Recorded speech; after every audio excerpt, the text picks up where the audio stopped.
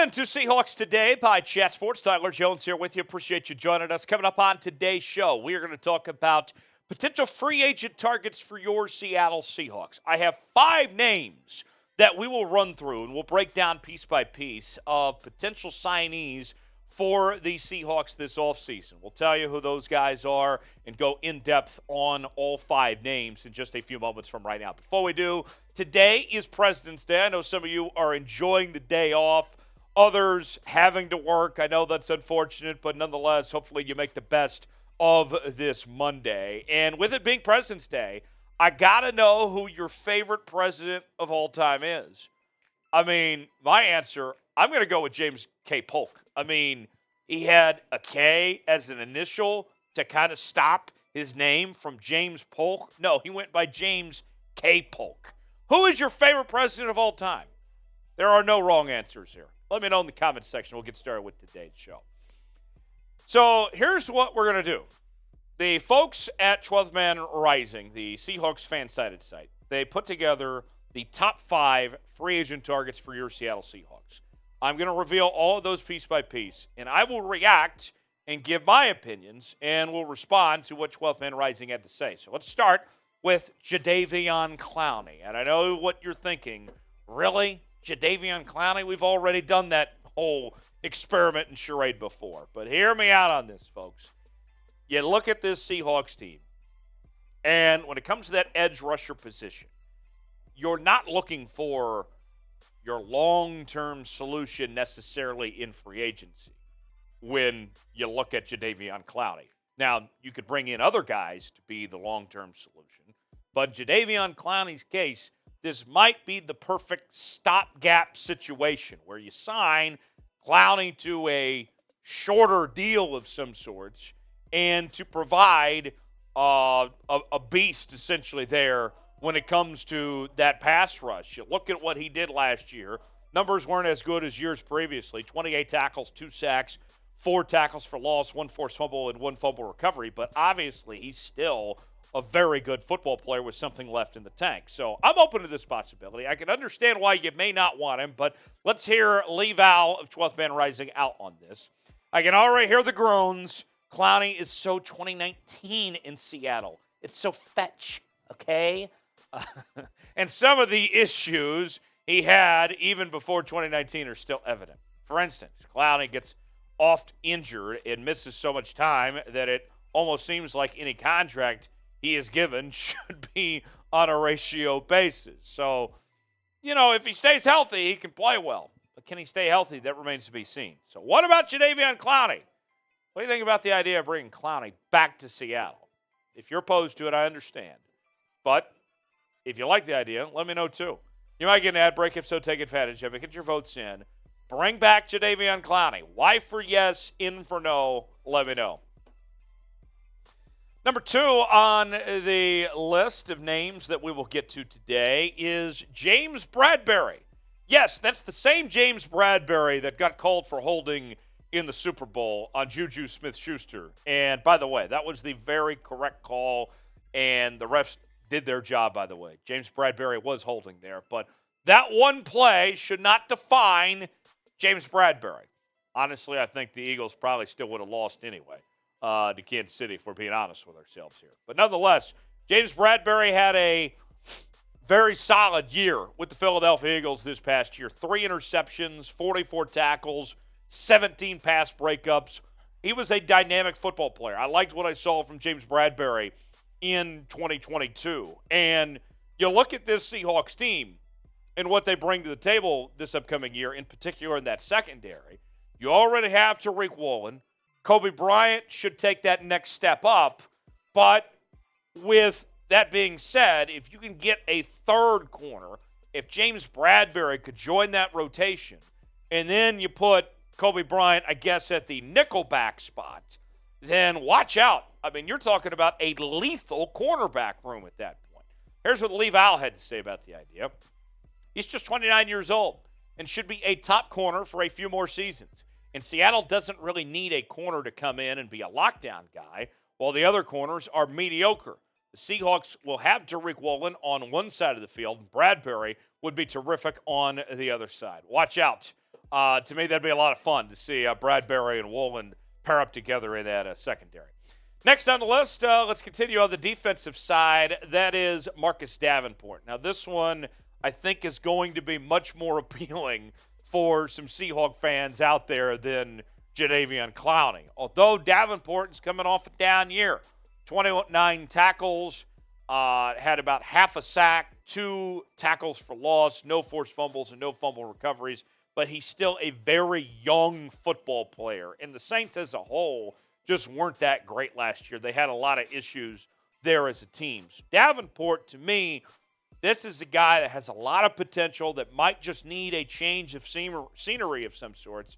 And based on his playing style, I think he could be a good fit for Clint Hurt's scheme. And unlike Jadeveon Clowney, with Marcus Davenport, you're talking about a guy that would be a long-term solution. You'd be signing for several years if you were to bring him in, as opposed to what you would be with Clowney. He would cost probably a bit more than Jadeveon Clowney would. Let's hear more from Leval on Marcus Davenport.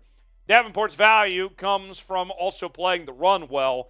However, he has plus grades from PFF against the run in recent seasons. The Seahawks need a pure defensive end who can play the run and pass, not just an edge rusher, and that is what Davenport could supply. He also might have a slightly diminished market value due to his injury history and not having a great year in 2022.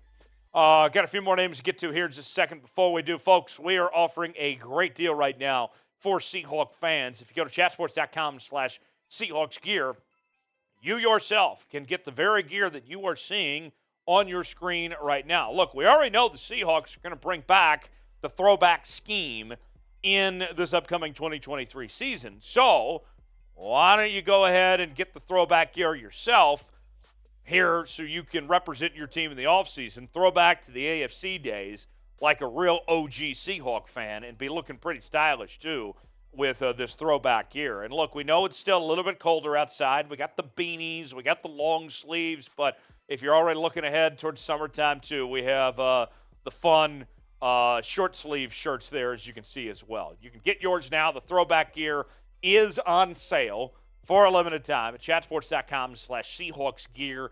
Get yours today. That's chatsports.com/Seahawks gear. Now, I think this guy might be as good as any player in free agency in the defensive side of the ball, and he is going to be heavily desired. That is Javon Hargrave. Although, I'll say this, I think that Philadelphia is going to do everything they can to keep Javon Hargrave with the Philadelphia Eagles. Although the Eagles disappointed in their pass rush in that Super Bowl, not getting a single sack, I don't think it takes away from the job that Javon Hargrave did this entire season. And the Philadelphia Eagles, I think, are going to pay him the money to stay around. But if he does go to the open market, if you are Pete Carroll, John Schneider and company, you owe it to yourself and your franchise to at least try to see if you can make this work, if you can find the money, if you can at least try to make a move, because Javon Hargrave would be a big effing deal if you could add him to this Seahawks team based on the year he's coming off of. 11 sacks, 10 TFLs, 1 fumble recovery, or 2 fumble recoveries, 1 forced fumble, 60 tackles. He's just a beast. I mean, guys like Javon Hargrave just don't grow on trees, folks. I mean, he is truly one of a kind. Here's what Leval had to say about him. One aspect of Hargrave's game that could improve is in run defense, and Seattle sorely needs interior defensive linemen that can stop the run, but Hargrave is a rotational player that would give Seattle a pass-rushing presence they haven't seen since Jaron Reed was playing good football in 2018. It's been a long time since those days. So, of those two defensive players, Marcus Davenport or Javon Hargrave, which one would you rather have? If you'd rather have Marcus Davenport, type MD for Marcus Davenport. You'd rather have Javon Hargrave. I personally rather have Javon Hargrave myself. Which one would you rather have? Let me know in the comment section. Type MD for Marcus Davenport. Type JH for Javon Hargrave. Let me know in the comment section below. Folks, we are covering the Seattle Seahawks each and every day. It's a holiday, but that doesn't stop us from talking about your favorite team. We have all the latest Seahawks news, rumors, trades, draft, free agency, and more just because the NFL season is over, that doesn't mean we're stopping here at Seahawks Today by Chat Sports. We're going to continue to cover this team each and every day like no one else is. Subscribe now for free. Doesn't cost you a thing, so you never miss a moment. Turn on notifications. You'll be glad you did. The last player on this list, and I think the most important, is Geno Smith. Geno Smith is, as you know, about to be a free agent, and there has been talk about the franchise tag. And I know some of you, I read the comments, and there are some folks out there that say, it's time to move on from Geno. Don't need to pay him. You know, he's going to cost too much. Might as well bring in a young quarterback and all that. Here's the deal. Geno was fantastic this past season. Best completion percentage in the league, near 70%. 30 touchdowns. Sure, he probably needs to cut back on the turnovers a little bit. 11 interceptions. Close to 4,300 yards. Geno was great. And Geno's earned the right to come back next year. Even if there's a quarterback you fall in love with in this next draft, whether it's a C.J. Stroud or Bryce Young, whoever it may be, Geno still has earned the right to be your starter next year and to get that contract, to get him paid. I think a deal's going to get done. Both sides are saying the right things, it would seem.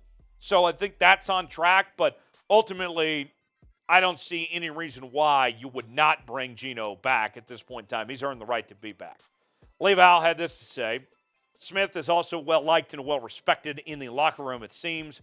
Part of this is he seems to simply be a genuine guy who isn't just trying to sell a bill of goods for his own brand. Smith wants to win in Seattle and is appreciative of the chance he was given by the organization.